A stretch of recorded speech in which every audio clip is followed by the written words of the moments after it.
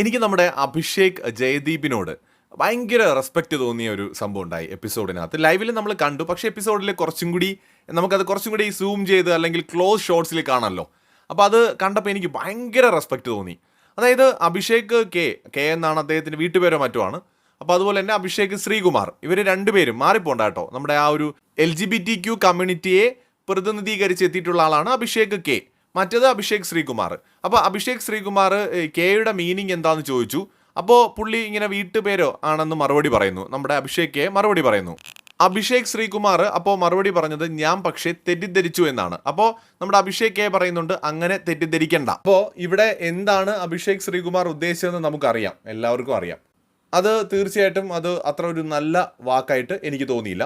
പക്ഷെ ആ സമയത്ത് നമ്മുടെ അഭിഷേക് കെ ആ ഒരു സിറ്റുവേഷൻ ഹാൻഡിൽ ചെയ്ത് ഭയങ്കര നൈസായിട്ടാണ്, ഭയങ്കര റെസ്പെക്റ്റ് തോന്നിപ്പോകുന്ന തരത്തിലാണ് കേട്ടോ. പുള്ളി ചിരിച്ചുകൊണ്ടാണ് അത് സിറ്റുവേഷൻ ഹാൻഡിൽ ചെയ്തത്. ആക്ച്വലി ഇത്തരത്തിലുള്ള കുത്തുവാക്കുകളൊക്കെ റിയൽ ലൈഫിൽ പലയിടത്തുനിന്നും പുള്ളിക്ക് കേട്ടിട്ടുണ്ടാവും. എനിക്ക് അഭിഷേക് ശ്രീകുമാർ ഒരു കിഡിലൻ പ്ലെയർ ആയിട്ട് തോന്നിയിട്ടുണ്ട്. ഈ ഒരു കാര്യം മാത്രമാണ് എനിക്ക് അക്സെപ്റ്റ് ചെയ്യാൻ പറ്റാത്തത്. അതൊന്ന് മാറ്റി വെച്ചാൽ പുള്ളി നല്ലൊരു പ്ലെയറാണ്. പക്ഷേ അത് എനിക്കറിയില്ല പുള്ളി അത് മാറ്റി വയ്ക്കുമെന്ന്. രക്തത്തിൽ അലിഞ്ഞ് ചേർന്നു എന്നൊക്കെ പറയുന്ന പോലെയാണ് പുള്ളിയുടെ ഈ ഒരു നേച്ചർ എന്നാണ് തോന്നുന്നത്. ഈ ഒരു കാര്യം മാറ്റി വെച്ചേ പറ്റൂ. കാരണം LGBTQയിലുള്ള അവരും മനുഷ്യരാണ്. അവരെ അങ്ങനെ ചെയ്യരുതേ, അങ്ങനെ വേർതിരിക്കരുതേ. നല്ലൊരു പ്ലെയറാണ് അഭിഷേക് ശ്രീകുമാർ. നല്ല പ്ലെയർ എന്ന് വെച്ചാൽ ഒരു ബിഗ് ബോസ് മെറ്റീരിയലാണ്. അതുകൊണ്ടാണ് കൂടുതൽ നമ്മൾ അതിനെക്കുറിച്ച് ചിന്തിക്കുന്നത്. കാരണം അങ്ങനെ ഒരു പ്ലെയർ വന്നിട്ട് ഇങ്ങനെ ഒരു കാര്യം ചെയ്ത് തീർച്ചയായിട്ടും സ്വയം അങ്ങനെ ഇല്ലാണ്ടാവരുത് എന്നാണ് എനിക്ക് പറയാനുള്ളത്. കാരണം മറ്റൊന്നുമല്ല, നമ്മൾ മനുഷ്യന് തെറ്റുകൾ പറ്റാം, നമ്മുടെ കാഴ്ചപ്പാടുകളിൽ വ്യത്യാസം ഉണ്ടാകാം. പക്ഷേ മറ്റു മനുഷ്യരെ വേദനിപ്പിക്കാതിരിക്കുക എന്നുള്ളൊരു ബേസിക് ആയിട്ടുള്ളൊരു മര്യാദയുണ്ട്.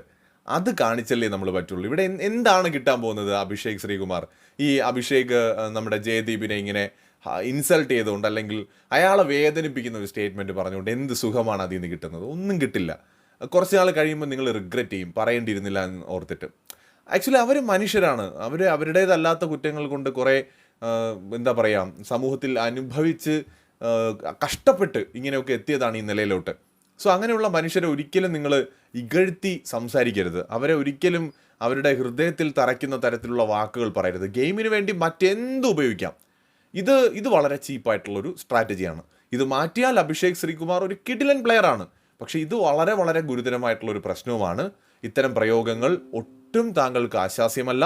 താങ്കൾ ഈ ബിഗ് ബോസ് വീട് ഒരുപക്ഷെ ഒരു പരിവർത്തനത്തിനായിട്ട് ഉപയോഗിക്കണം എന്നാണ് ഞാൻ ആഗ്രഹിക്കുന്നത്. ഒരു മാറ്റം താങ്കളുടെ ജീവിതത്തിൽ ഇത് കൊണ്ടുവരുമെങ്കിൽ അത് വളരെ നല്ലതാണ്. LGBTQയെക്കുറിച്ചും അല്ലെങ്കിൽ അതിലെ മനുഷ്യരെക്കുറിച്ചുമുള്ള താങ്കളുടെ കാഴ്ചപ്പാടുകളിൽ ഒരുപാട് മാറ്റം ഉണ്ടാവേണ്ടതുണ്ട്. ഏത് മനുഷ്യനായിക്കോട്ടെ, നമുക്ക് ഒരാളെ വേദനിപ്പിച്ചതുകൊണ്ട് ഒരു സുഖവും കിട്ടാൻ പോകുന്നില്ല. പ്രത്യേകിച്ച് അയാൾ തിരിച്ച് നമ്മളൊന്നും ചെയ്യാതിരിക്കുമ്പോൾ. ഇവിടെ ശരിയാണ്, അഭിഷേക് ജയദീപ് വന്നപ്പോൾ ഇയാൾ ശരിയല്ല, അയാളുടെ സ്റ്റേറ്റ്മെൻറ്റ്സ് ശരിയല്ല. ഒരുപക്ഷെ താങ്കൾ ഇതുപോലെ പുറത്ത് പറഞ്ഞ കാര്യങ്ങൾ കൊണ്ടായിരിക്കും അയാൾ അതകത്ത് പറഞ്ഞത് വന്നിട്ട്. അപ്പോൾ താങ്കളും ഒരു മാറ്റത്തിന് തയ്യാറാകണം അഭിഷേക് ശ്രീകുമാർ എന്നാണ് എനിക്ക് പറയാനുള്ളത്. നല്ലൊരു പ്ലെയറിനെ അല്ലെങ്കിൽ മലയാളം ബിഗ് ബോസിൽ നമുക്ക് നഷ്ടപ്പെടും, അത്രേ ഉള്ളൂ.